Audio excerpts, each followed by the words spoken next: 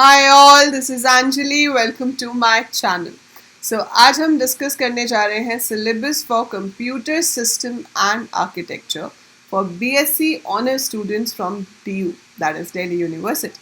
तो अगर आप बीएससी ऑनर्स कर रहे हैं कंप्यूटर साइंस में दिल्ली यूनिवर्सिटी से और आपके सिलेबस में कंप्यूटर सिस्टम आर्किटेक्चर डेफिनेटली होगा और उसमें आप क्या पढ़ने वाले हैं वो मैं आपको इस वीडियो में एक्सप्लेन करूंगी। So watch this video till the and, क्योंकि यहाँ पर आपको सिर्फ सिलेबस ही एक्सप्लेन नहीं किया जाएगा, रादर आपको बताया जाएगा कि ये सब आप कहाँ से पढ़ने वाले हैं, कैसे प्रिपेयर करने वाले हैं।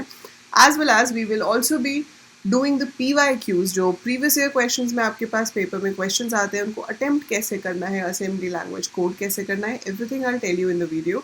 सो watch the video till the end. और अगर आप चैनल पर नए हैं और आप BSc ऑनर्स कर रहे हैं तो subscribe the channel right now. या फिर आप बीटेक या BCA भी कर रहे हो सकते हैं, और अगर आपको सब्जेक्ट है कंप्यूटर सिस्टम आर्किटेक्चर आपके इस सेमेस्टर में, so you can refer to the syllabus because काफ़ी हद तक सिमिलर होता है। So let's discuss specifically DU के लिए सिलेबस में क्या है। So when we talk about this subject computer system and architecture, believe me, काफ़ी स्टूडेंट्स के लिए ये सब्जेक्ट एक नाइटमेयर होता है because this is very much technical and it is related to the hardware concept कि आपका सिस्टम इंटरनली कैसे काम करता है, इंटरनली उसमें जो सर्किट्स हैं वो कैसे बनते हैं, कैसे वो आपके बाइनरी डेटा मतलब जीरोज एंड वंस पे काम करते हैं। So it's very very technical, it is very very detailed, but अगर इसी को अच्छे से समझा जाए तो ये बहुत ही इंटरेस्टिंग सब्जेक्ट बन जाता है। सो जब अगर ये समझ में नहीं आ रहा है तो बहुत ही ज़्यादा प्रॉब्लम होने वाली है आपको इस सब्जेक्ट में, बट अगर आपको अच्छे से समझ आए तो ये बहुत इंटरेस्टिंग सब्जेक्ट है, और जो जिसमें आपको समझ आता है तो स्कोर तो अपने आप आ ही जाता है, राइट। सो फर्स्ट यूनिट जो इसके अंदर है वो है digital logic circuits. Now digital logic circuits में हम पढ़ते हैं कि जो बाइनरी डेटा पे काम करने के लिए सबसे छोटे सर्किट्स होते हैं जिन्हें लॉजिक गेट्स कहा जाता है, वो हम कैसे यूज़ करते हैं। फिर उसी को समझने के लिए हम ट्रुथ टेबल्स करते हैं, वी डू बूलियन अलजेब्रा की बाइनरी वैल्यूज़ पे क्या क्या ऑपरेशंस परफॉर्म हो सकते हैं, कैसे हो सकते हैं।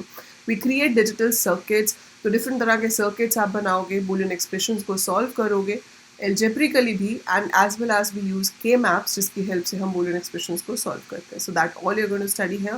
Flip flop is the smallest storage circuit in your computer, जो कि 1 बिट ऑफ डेटा को स्टोर करता है। तो कौन कौन से फ्लिप फ्लॉप्स होते हैं, फ्लिप फ्लॉप कैसे बनते हैं, that is all again in unit 1। Unit 2 में आपके पास आ जाता है डिजिटल कंपोनेंट्स, दैट इज आपके बेसिक बिल्डिंग ब्लॉक्स जो है आपके ALU के बेसिक अरिथमेटिक लॉजिक यूनिट के, वो क्या होते हैं। So we use half adder, full adder, decoders, encoders, multiplexers. These all are combinational circuits जिनकी हेल्प से हम different operations perform कर सकते हैं, right? And then आपके पास sequential circuits में आ जाते हैं registers. Register is the fastest storage space जो प्रोसेसर के अपने पास होता है, and it helps you to store the data, जो बहुत frequently use होता है। बाकी आपकी रैम रोम कैसे बनती है, उसमें हम कैसे मेमोरी को रेफर करते हैं, उनके डिफरेंट टाइप्स क्या हैं, अरिथमेटिक माइक्रो ऑपरेशंस कौन कौन से हैं, कैसे सर्किट्स के थ्रू हम उनको परफॉर्म करा सकते हैं। जो बाइनरी एडिशन सब्ट्रैक्शन होती है उसका हार्डवेयर सर्किट क्या होता है, कौन से गेट्स को जोड़ के आपका बाइनरी एडर सब्ट्रैक्टर बनता है। So that all we do in unit 2।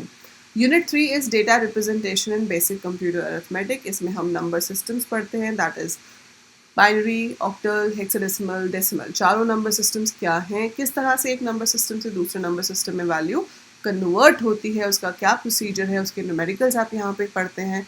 Then you also do कि बाइनरी में अरिथमेटिक काम कैसे करता है। नेगेटिव नंबर्स को रिप्रेजेंट करने के 2 तरीके होते हैं, sign magnitude and two's complement form. So you will study कि कॉम्प्लीमेंट फॉर्म्स क्या होती हैं, कैसे यूज होती हैं अरिथमेटिक कैलकुलेशंस में। Then chapter 4, unit 4 is basic computer organization and design. So ये आपको बताता है कि एक CPU के अंदर exactly क्या क्या circuits होते हैं, किस तरह से वो instruction को read करता है, फिर मेमोरी को कैसे रेफर करता है, ठीक है। आपके जो कोड है वो हार्ड वायर्ड है या वो माइक्रो प्रोग्राम्ड है, मतलब कि उसका हार्डवेयर सर्किट ही बना हुआ है कोई ऑपरेशन परफॉर्म करने के लिए, या फिर हमने उसका एक छोटा सा प्रोग्राम बनाया हुआ है जिसके थ्रू वो कैलकुलेशंस हो सकती हैं। पाइपलाइनिंग क्या होती है, that all you study over here. Then आपके पास आ जाता है प्रोसेसर के पास मेमोरी में से डेटा यूज़ करने के लिए डिफरेंट एड्रेसिंग मोड्स कैसे हैं, मतलब किस तरह से हम डेटा फेच कर सकते हैं।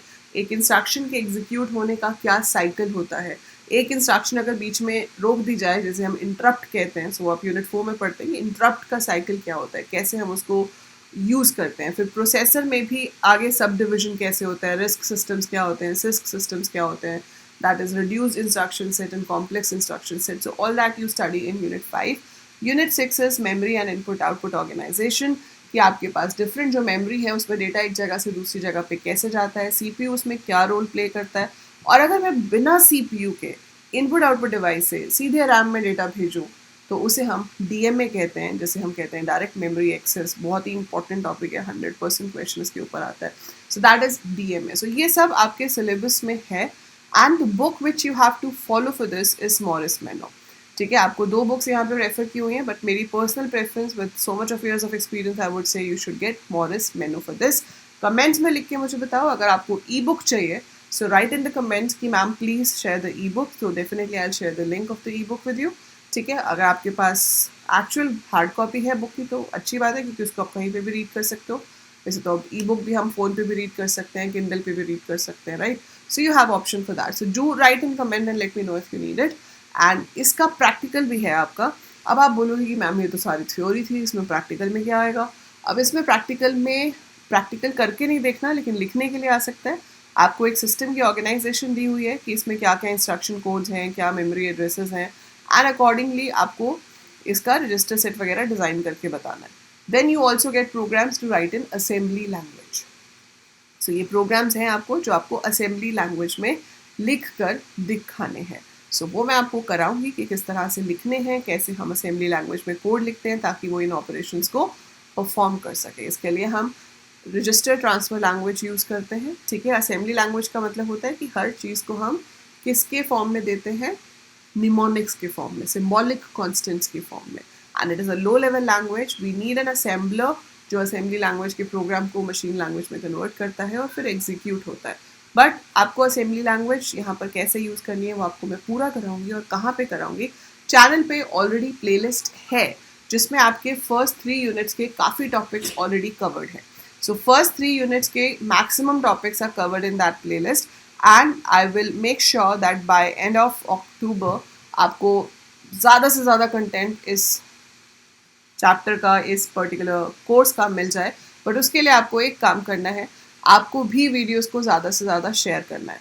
जितने ज़्यादा व्यूज़ आएंगे वीडियोस पे जैसे जैसे मैं अपलोड करूँगी उतनी फास्ट मैं कंटेंट अपलोड करूँगी, है ना.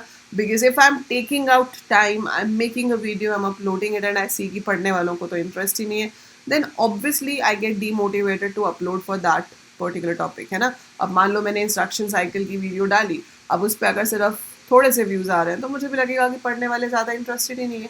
तो आपको खुद भी देखना है और अपने सारे क्लासमेट्स को भी दिखाना है and make sure that it reach to maximum number of students. And channel आप तो सब्सक्राइब कर ही चुके हो, but tell your friends also to subscribe the channel.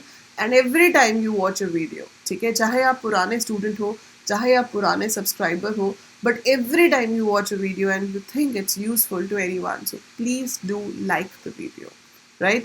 So that is it for this video. Playlist का link मैं आपको description में दे रही हूँ. आपको इसका पूरा कंटेंट प्लेलिस्ट में मिल जाएगा, theory plus practical, right. So that is it for this video. कोई भी क्वेश्चंस हो इस सब्जेक्ट से रिलेटेड, अपने कोर्स से related, feel free to write in the comments. I will be happy to answer you. So that is it for this video. I'll see you in the next one. Till then, take care.